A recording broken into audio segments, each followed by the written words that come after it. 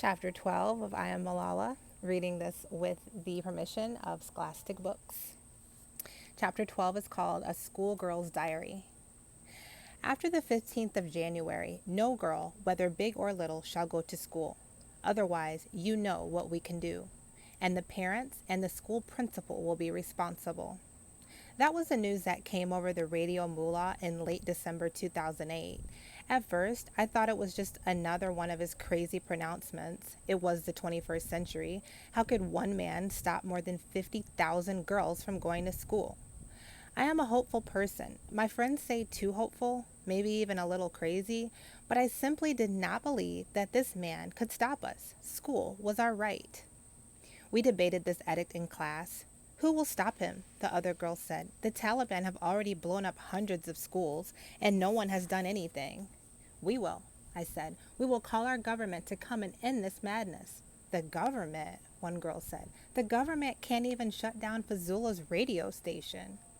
The debate went round and round. I didn't give in, but even to me, my argument sounded a bit thin.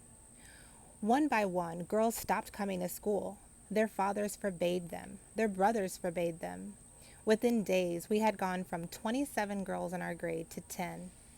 I was sad and frustrated, but I also understood. In our culture, girls do not defy the males and their families. And I realized that the fathers and brothers and uncles who made my friends stay home were doing so out of concern for their safety. It was hard not to feel a bit depressed sometimes, not to feel as though the families who kept their girls at home were simply surrendering to Fazula. But whenever I'd catch myself giving in to a feeling of defeat, I'd have one of my talks with God. Help us appreciate the school days that are left to us, God, and give us the courage to fight even harder for more. School had been due to end the first week of January for our usual winter break, so my father decided to postpone the holiday. We would remain in class through 14 January. That way we could squeeze in every minute left to us. And the 10 remaining girls in my class lingered in the courtyard every day after school, in case these were our last chances to be together. At home in the evenings, I wondered what I would do with my life if I couldn't go to school. One of the girls at school had gotten married off before Fazula's edict. She was 12. I knew my parents wouldn't do that to me, but I wondered, what would I do? Spend the rest of my life indoors, out of sight, with no TV to watch and no books to read? How would I complete my studies and become a doctor, which was my greatest hope at the time? I played with my shoebox dolls and thought, the Taliban wants to turn the girls of Pakistan into identical, lifeless dolls. While we girls savored the days until January 15th, Fazula struck again and again. The previous year had been hard, but the days of January 2009 were amongst the darkest of our lives. Every morning, someone arrived at school with a story about another killing, sometimes two, sometimes three a night. Fazula's men killed a woman in Bangora because they said she was doing fahashi, or being indecent, because she was a dancer. And they killed a man in the valley because he refused to wear his pants short the way the Taliban did. And now, we would be forbidden from going to school. One afternoon, I heard my father on the phone. I'm sorry, there's a lizard next to me. All the teachers have refused, he said. They were too afraid, but I will see what I can do. He hung up and rushed out of the house. A friend who worked at the BBC, the powerful British Broadcasting Corporation network, had asked him to find someone from school to write a diary about life under the Taliban for its Urdu website, a teacher or an older student. All the teachers had said no, but Madame Marian's younger sister, Aisha, one of the older girls, had agreed. The next day we had a visitor, Aisha's father. He would not allow his daughter to tell her story. It's too risky, he said. My father didn't argue with him. The Taliban were cruel, but even they wouldn't hurt a child, he wanted to say. But he respected Aisha's father's decision and prepared to call the BBC with the bad news. I was only 11, but I said, why not me? I knew he'd wanted someone older, not a child. I looked up at my father's hopeful, nervous face. He had been so brave for speaking out. It was one thing to talk to the national and local media, but this diary might be read by people outside of Pakistan. It was the BBC after all. My father had always stood by me. How could I stand by him? I knew without even thinking that I could. I would do anything to be able to continue going to school. But first, we went to my mother.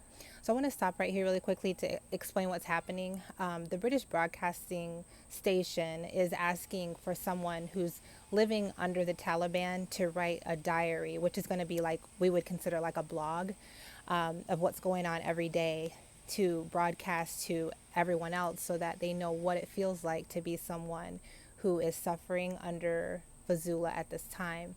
And so all of these people are saying, no, it's too dangerous, but Malala is stepping forward and saying that she wants to do it. If she was afraid, I wouldn't do it. But if I didn't have her support, it would be like speaking with only half my heart. But my mother agreed. She gave us her answer in a verse from the Holy Quran. Falsehood has to die, she said, and truth has to come forward. God would protect me, she said, because my mission was a good one. Many people in SWAT saw danger everywhere they looked, but our family didn't look at life that way. We saw possibility. We felt a responsibility to stand up for our homeland.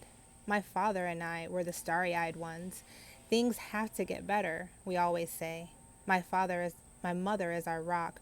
While our heads are in the sky, her feet are on the ground. But we all believed in hope. Speaking up is the only way things will get better, she said. I had never written a diary before, and I didn't know how to begin, so the BBC correspondent said that he would help me. He had to call me on my mother's phone because even though we had a computer, there were frequent power outages and few places in Mangora with internet access.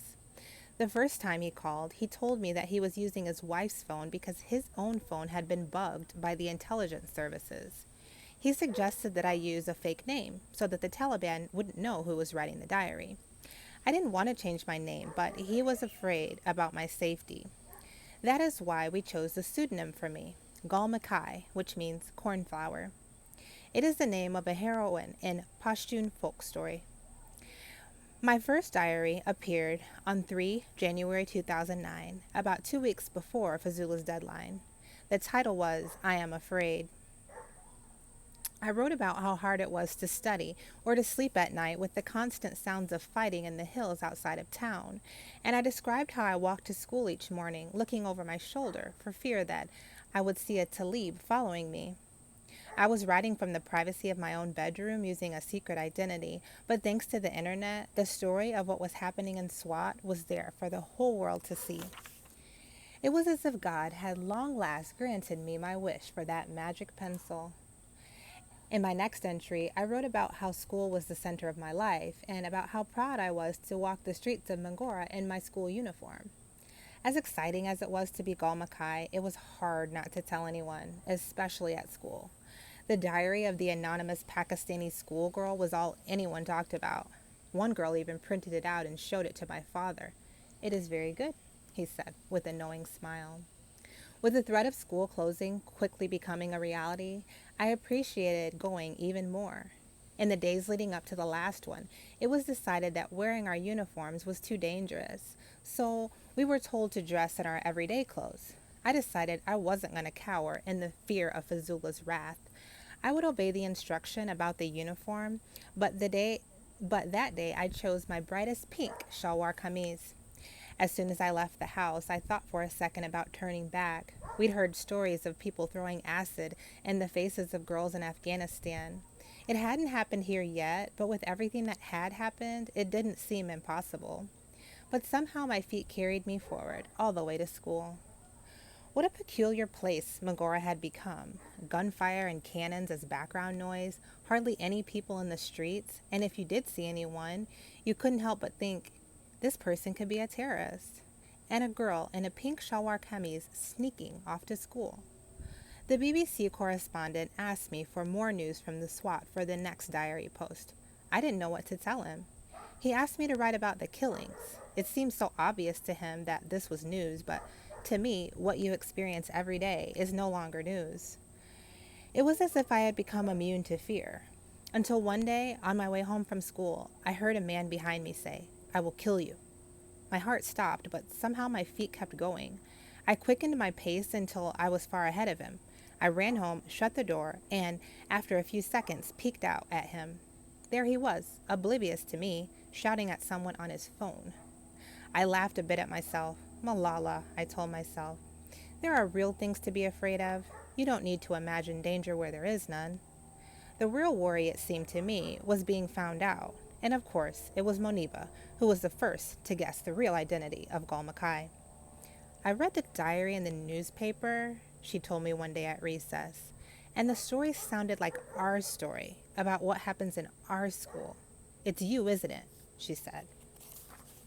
I couldn't lie, not to Moniba, but when I confessed, she became more angry than ever. "How can you say you're my best friend when you're keeping such an important secret from me?" She turned on her heel and left. And yet I knew, as angry as she wouldn't reveal my secret. It was my father who did that, by accident, of course. He was telling a reporter how terrifying it was for his children just to walk to and from school. His own daughter, he said, thought a man on his phone had threatened to kill her. Just about everyone recognized that story from the diary, and by April, my days as Gul Mackay, the secret diarist, would be over. But the diary had done its job. Now a number of reporters were following the story of Fazula's attempt to shut down the girls' schools of Pakistan, including one man from the New York Times.